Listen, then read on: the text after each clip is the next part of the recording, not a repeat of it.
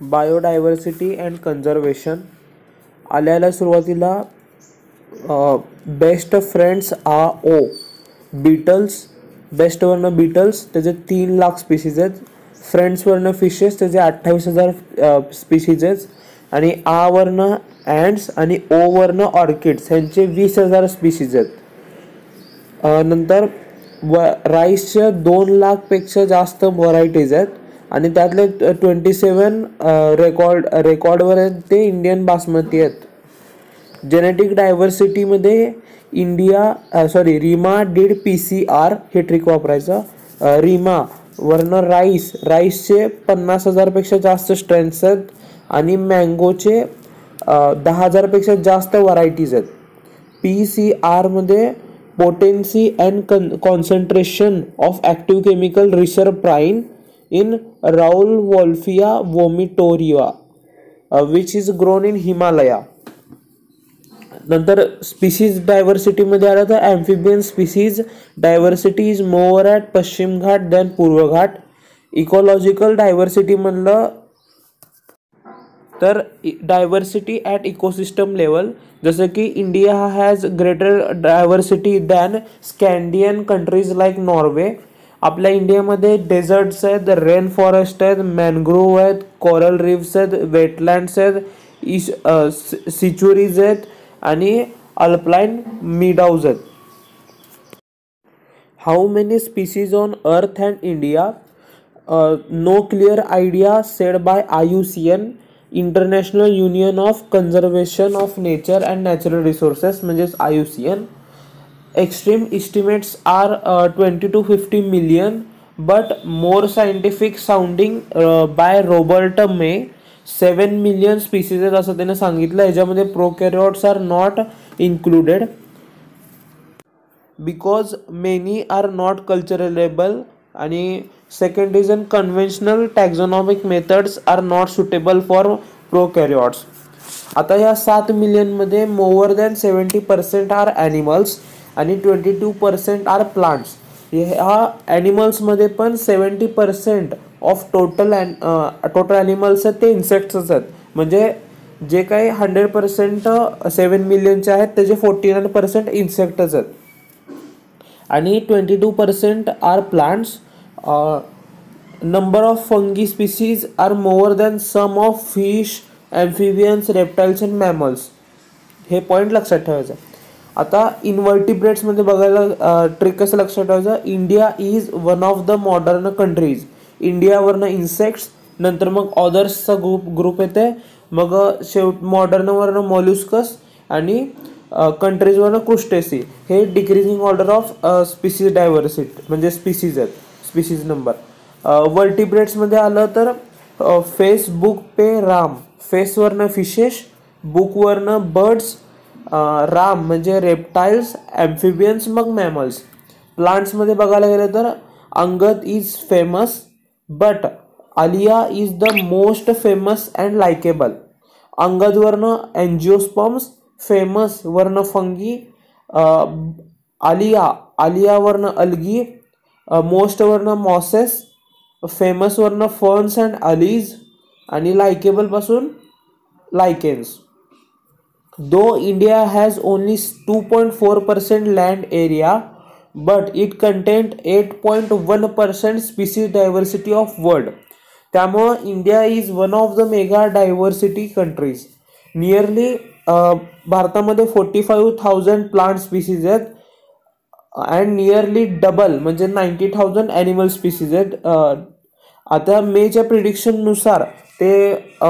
प्रिडिक्शननुसार only 22% till discovered. म्हणजे 7 million आहेत पण आपण डिस्कवर 1.5 millionच केलं, ओनली 22%. तसं भारतामध्ये 45,000 प्लांट स्पीसीज डिस्कवर केलेत. म्हणजे प्रिडिक्शननुसार 1,00,000 स्पीसीज प्लांटच्या स्पीसीज भारतात आहेत आणि 90,000 ॲनिमल स्पीसीज डिस्कवर झालेत. म्हणजे ऑलमोस्ट 3,00,000 स्पीसीज ऑफ ॲनिमल्स भारतामध्ये आहेत. पॅटर्न ऑफ बायोडायव्हर्सिटी, याच्यामध्ये 4 पॉईंट्स आहेत. पहिला लॅटिट्यूड ग्रेडियंट.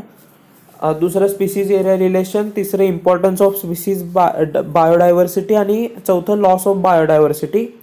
पहिला लॅटिट्यूड ग्रेडियंट, ह्याच्यामध्ये बर्ड स्पीसीज बघायला गेलं तर Colombia which is near equator तिथं 1400 स्पीसीज आहेत.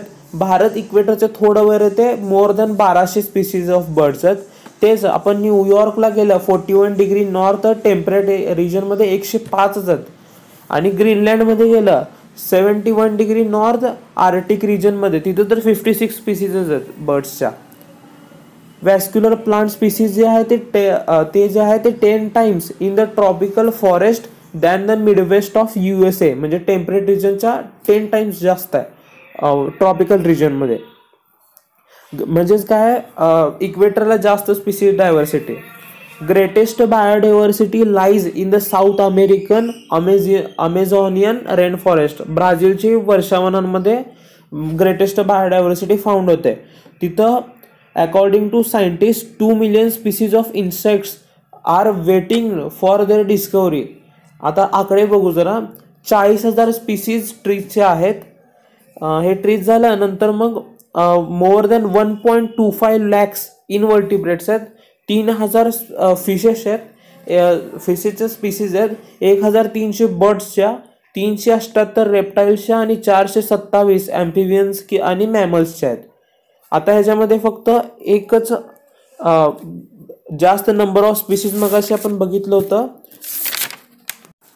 वर्टिब्रेट्समध्ये फेसबुक पे राम म्हणजे रेप्टाईल्सचे जास्त, मग नंतर ॲम्फिबियन्स जास्त आणि नंतर मग मॅमल्स कमी, असं होतं. पण इथं ॲम्फिबियन्स आणि मॅमल्सची संख्या 427 आहे आणि रेप्टाईल्सचे 378 आहे. इथं फक्त एवढा पॉईंट आहे. सेकंड स्पीसीज एरिया रिलेशन, ह्याच्यामध्ये log S is equal to log C plus Z log A.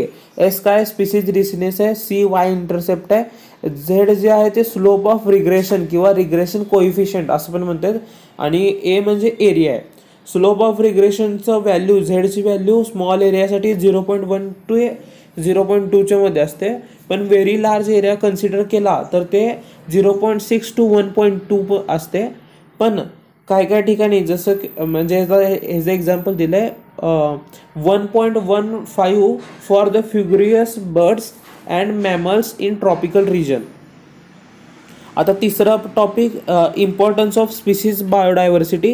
ह्याच्यामध्ये दोन पॉईंट्स आहेत. David Tilman did long term outdoor experiments. त्यानं ऑब्झर्व काय केला, more species show less year to year variations. आणि मग ह्याच्यावरनं कन्क्लूड काय केला, increase the biodiversity contributed to higher productivity of ecosystem. आणि सेकंड पॉईंट आहे पाऊल इहरलिचचं एरोप्लेन रायवेट पॉपर हायपोथेसिस. आता चौथं टॉपिक लॉस ऑफ बायोडायव्हर्सिटी. ह्याच्यामध्ये एक्झाम्पल्स लर्न करायचे रिसेंट एक्सटेंशनचे.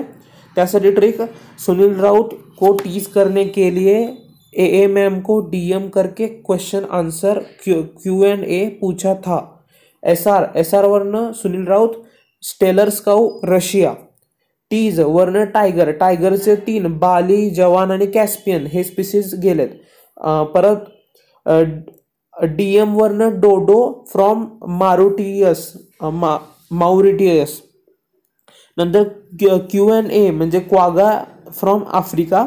आणि वरनं थायलॅसिन फ्रॉम ऑस्ट्रेलिया. आणि एक शेवटचं example passenger pigeon. Human colonization of tropical Pacific islands made extension of more than 2000 native bird species. पॅसिफिकच्या आयलँडमध्ये झाले हे. According to IUCN 2004 red list, 784 species lost in last 500 years.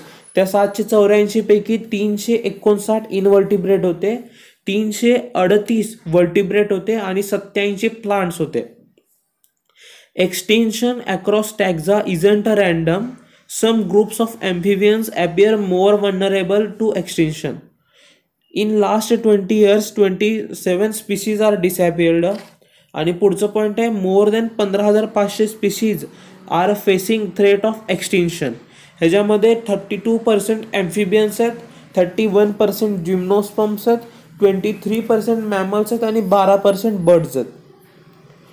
Since origin and diversification of life, there are 5 episodes of mass extinction. Current sixth episode is 100 to 1000 times faster than pre-human times. If it is not stopped, half of species will be wiped. Loss of biodiversity in the region may lead to decline in plant production, lowered resistance to environmental perturbations, increased variability in the certain ecosystem process like plant productivity, water use, pest disease cycles वगैरे वगैरे. Causes of biodiversity losses, the evil quadrant. पहिला आहे habitat loss and fragmentation. It is the most important cause driving extinction. Most of examples come from tropical rainforest. They once covered 14% land of earth, now only 6%. 1000 more hectares cleared by completing this chapter. Amazonian rainforest जे आहेत ज्याला lungs of earth म्हणून म्हणतात, million of species are cleared off because of cultivation of soybeans आणि दुसरं raising beef cattle, conversions to grasslands. Degradation of many habitats by pollution threatens survival of many species. When large habitats are broken up into small fragments, mammals and birds requiring large territories and certain with migratory habitats are badly affected, leading to population declines. Second quadrant मधला point आहे alien species invasion. After the introduction of alien species, some of them turn invasive and cause decline or extinction of indigenous species. हे जे 5 example आहेत, parthenium threat to native weeds जसे की भारतात झालं, lantana, नंतर पुढचं एक्झाम्पल आहे African catfish Clarias gariepinus. Nile perch introduced in Lake Victoria of East Africa, more than 200 cichlid fish extinction. Eichhornia म्हणजेच वॉटर हायसिंथ म्हणजेच टेरर ऑफ बेंगॉल, हे नेटिव्ह प्लांट्सला घातक होतं.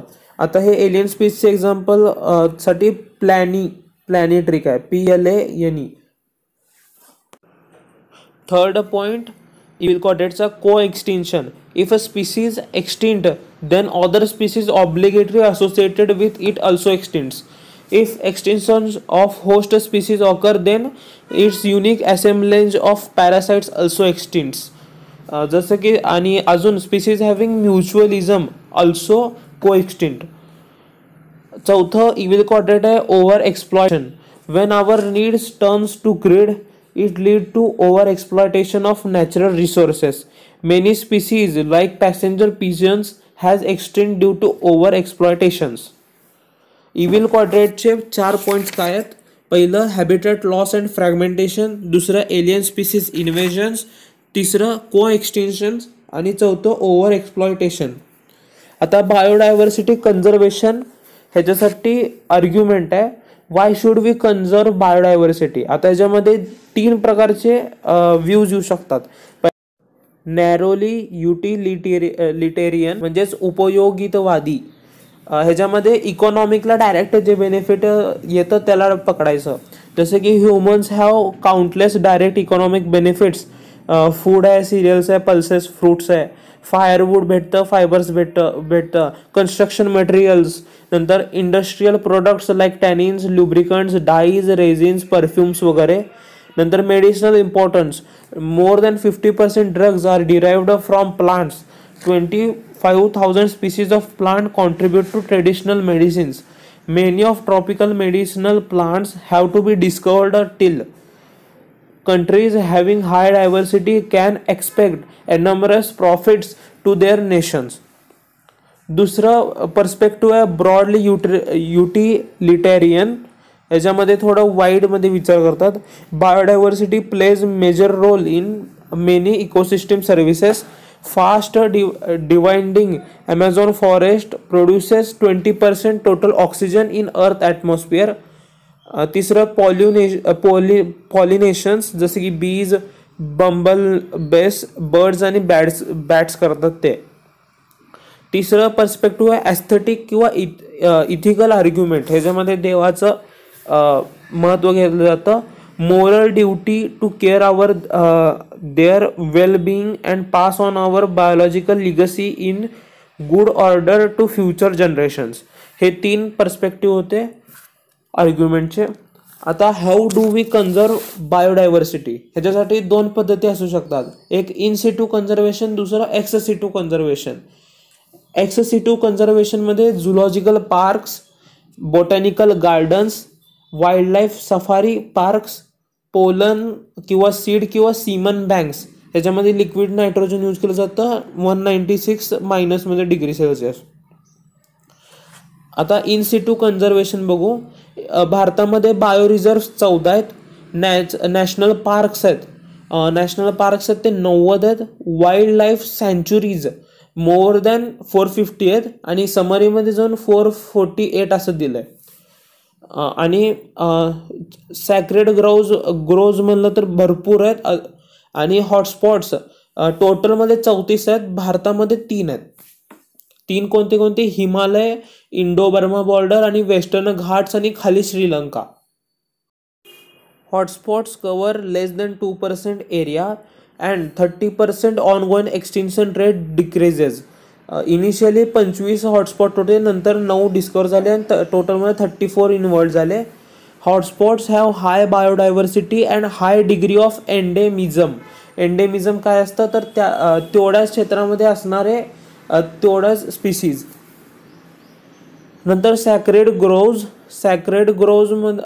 बघायला गेलं तर त्याचे एक्झाम्पल भरपूर आहेत. भारतामध्ये खासी आणि जैंतिया हिल्स मेघालयामध्ये have last refuges of large of threatened plants. दुसरं आहे अरावली हिल्स इन राजस्थान. तिसरं आहे western Ghat of Maharashtra and Karnataka.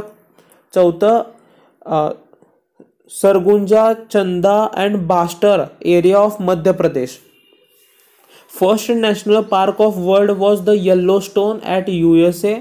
First national park of India is Jim Corbett national park उत्तरांचलला आहे. आणि रॉयल नॅशनल पार्क इंग्लंडचं सिडनीला आहे. आता biosphere reserves a large protected area where tribal people are integral component of system. Concept initiated by UNESCO in 1975 under MAB Man and Biosphere Program. याच्यामध्ये 3 zone असतात. पहिलं सर्वात बाहेरचं ट्रान्झिशन झोन. ह्याच्यामध्ये human activities like settlements, cropping, grazing, forestry and tourism are allowed. नंतर second असतं buffer zone. Limited human activities allowed like resource use, strategies, research and education वगैरे. आणि कोर झोन तिथं सेंट्रल झोन आहे, no human activity. In recent years, ex situ conservation has advanced beyond keeping threatened species in enclosures.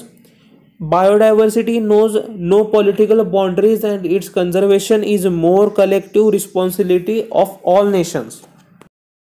या जगात ह्याच्यासाठी biodiversity कन्झर्वेशनसाठी 2 summit झाल्या होत्या. पहिलं the earth summit held at Rio the Janeiro in 1992 ब्राझीलमध्ये. Called upon all nations to make appropriate measures for the conservation of biodiversity and suitable utilization of its benefits. आणि दुसरं world summit held on Johannesburg South Africa 2002 मध्ये 10 वर्षानंतर.